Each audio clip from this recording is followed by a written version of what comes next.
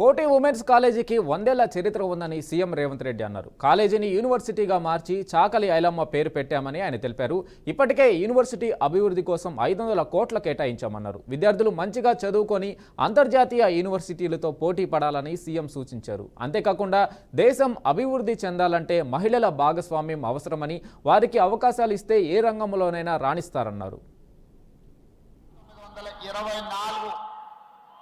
7 మంది విద్యార్థులతో మొదలై ఈరోజు దాదాపుగా 100 సంవత్సరాలు పూర్తి చేసుకొని 7,000 మంది దాదాపుగా విద్యార్థులతో ఈరోజు యూనివర్సిటీ అభివృద్ధి పదం వైపు నడవడం, మీరందరూ కూడా రాణించడం, అలాంటి 100 సంవత్సరాల చరిత్ర కలిగిన ఈ కోటి ఉమెన్స్ కాలేజీని యూనివర్సిటీగా ప్రకటించడమే కాదు,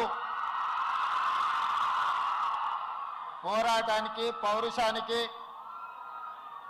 గడీలకు వ్యతిరేకంగా పెత్తందారి పోకడల మీద వీరోచితంగా పోరాడిన తెలంగాణ పౌరుషాన్ని ప్రదర్శించిన వీరనారి చాకలి ఐలమ్మ పేరు పెట్టుకోవడం ఇది తెలంగాణ ప్రతిష్టకే ఒక గొప్ప కీర్తి.